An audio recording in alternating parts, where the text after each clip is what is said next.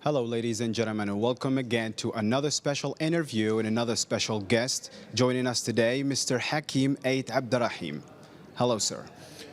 Good afternoon, gents. Good afternoon, and welcome to our show. Thank you very much. So, first of all, Mr. Ait Abderrahim, who is Hakim Ait Abderrahim? Hakim Ait Abderrahim is a young chap who was born in Algiers, grew up in Tizi Ouzou.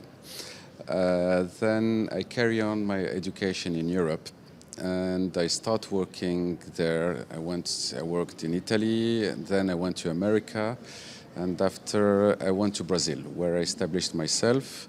I worked as a political advisor, and then I worked as a commodity broker. For my own, I opened my own company, and I started as a commodity broker. After a few years, I came back to our country. I started to make some projects. Unfortunately, it wasn't the right time. I went to Britain, and I'm established in Britain since 2011. And in Britain, I started by a translation company. And then I started giving legal advice for embassies, for some members of royal families all over the world. And that's where we start. And I entered in the book industry by meeting some partners. And as I am a reading lover, I thought that it's a good business because it's joining my passion of reading to the business. So, as you have mentioned, England. Your company based in England, right? Yes, so my company is based in London, central London, and we aim that in near future we will open a branch locally. Okay, so talking about early years of this company, when did this company come to existence? I mean, in England, exactly. We started the business of books just before the pandemic. So the pandemic was a big break for us because we wasn't well established. The structure didn't start to work well. During the pandemic, it helped us by staying at home to rethink the strategy and rethink our aims and our targets.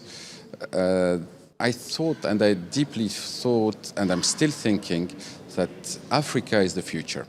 Starting from our country, when we will democratize the reading in English for all generations, especially the youth one, I think for me it's an achievement.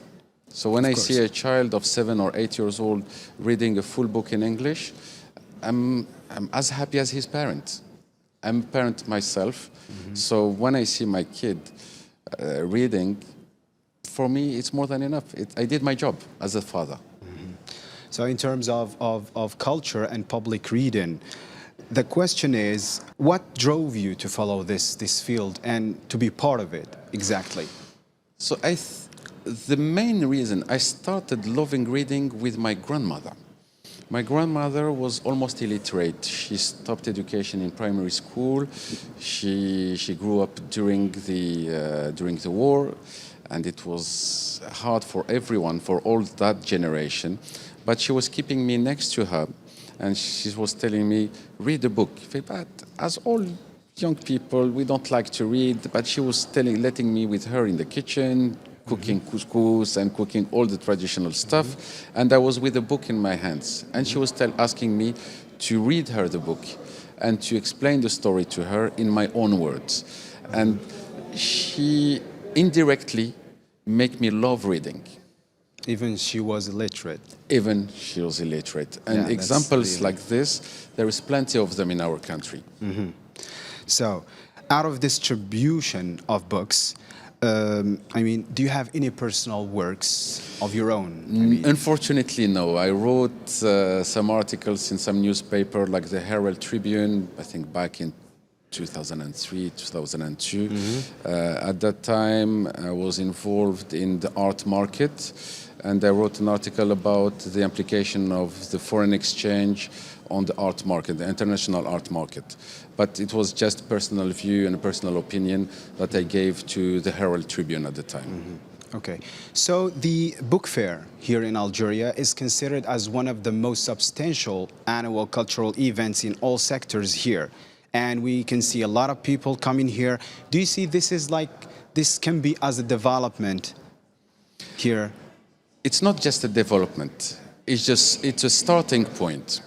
For us as a British company, even if I'm Algerian, but the company is British, is for us the occasion and the chance to start a real partnership with our own country.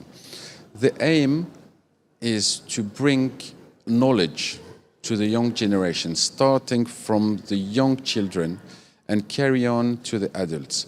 We saw a lot of young people coming to our stand, Scarlet Letter House. We distribute all the main publishers like Macmillan, like Penguin, Wandsworth. We are very active on the English non-speaking countries, mainly Africans and South American. But for us, it will be the occasion to start a real business in Algeria, to develop the reading in English. We aim in the next quarter to open a printing company in order to print all the international titles locally. This will make the price drop down, because for me, I think it's unfair. I was a student here, and it's unfair for a student to see a book, love it, but cannot afford it. It's a shame. It's a shame for all of us. Yes.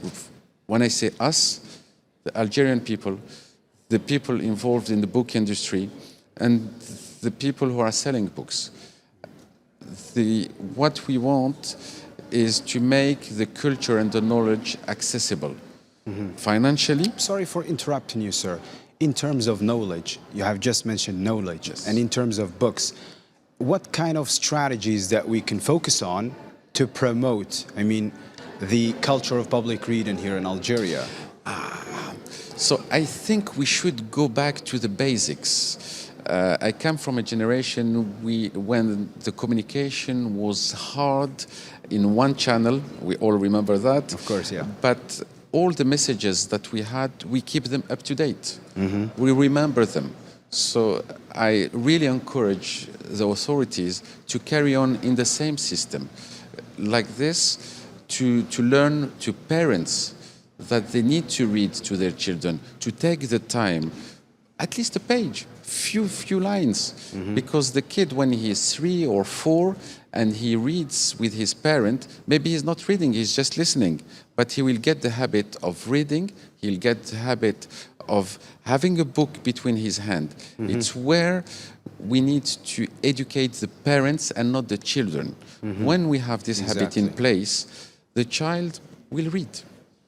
He will definitely read. Yes. Without the assistance of his parents and without the assistance of anyone else, to make him autonomous in his reading. And reading, we're talking about reading here. Regarding English, we can see youth nowadays are more attracted to English more than ever. Even adults nowadays are stepping up to learn this language. What is the reason? Why? There are several reasons, in my humble opinion. The first one, English is an international language. So if you go technical, it will be definitely English. If you go on the medical side, it's definitely English. All the research are published in English. So that is one reason. There is another reason which is political. And this one, I don't want to get involved in that, because I think this is a strategy, a governmental strategy, and I don't have neither the capacity or the right to speak about it. But we are happy about this change of orientation, to change the foreign language into English. And I think it's a way to put Algeria international in order for us to shine. And especially young writers, young writers here in Algeria. I can give you an example. There is a young chap who came to our stand, and he's just 19.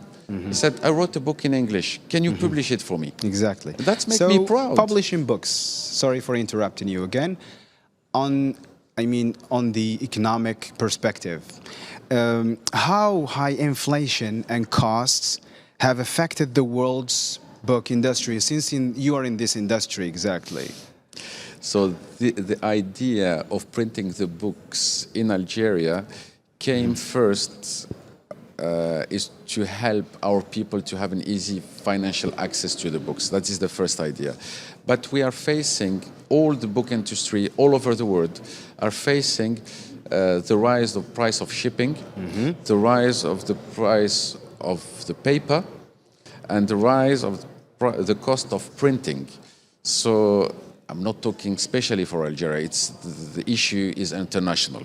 So some of people say, no, it's just in Algeria. No, no, no. It's all over the world. Yeah. We can notice that in Britain. We can notice that in America. We can notice that in Brazil. We can notice that even in Japan, which already the prices are very high. Some editors in Japan absorb the cost of the rise of the paper, but we still have the same issue. If we reduce the price, it will be easy access. So that's what we need now. So I really appreciate your clarifications, your explanations about the book and public reading and culture of books in general. Before we wrap up, let me thank you so much. Thanks to you. Any last words before we wrap up, please? So I think my last word, I'm encouraging everyone to read on paper, not e-books. Why? Because there is studies that was published from major universities all over the world explaining the techniques of reading. I encourage as well our Ministry of Education to learn these techniques to the teachers in order to pass it to our children, because the brain is a muscle. Of course, so yes. If we make it work, it will work better. If you read on tablet, your brain will get bored and it will not get into the story, it will not get into the book. There is ways to have quick and fast reading, and that's what makes your brain absorb the information quicker and don't get bored. And this will help all our young generation. And we aim, as a company, Scarlet Letter House, to participate to that. And we hope that we'll be the first ones, among others, to make our country shine and our new generation shine all over the world. That's what we want. Thank you so much, sir. Thank you very much. And today's, dear viewers, that was our special interview again with Mr. Hakim Ait Abderrahim. Thank you so much for watching our special interviews here at the International Book Fair in Algeria. Bye for now.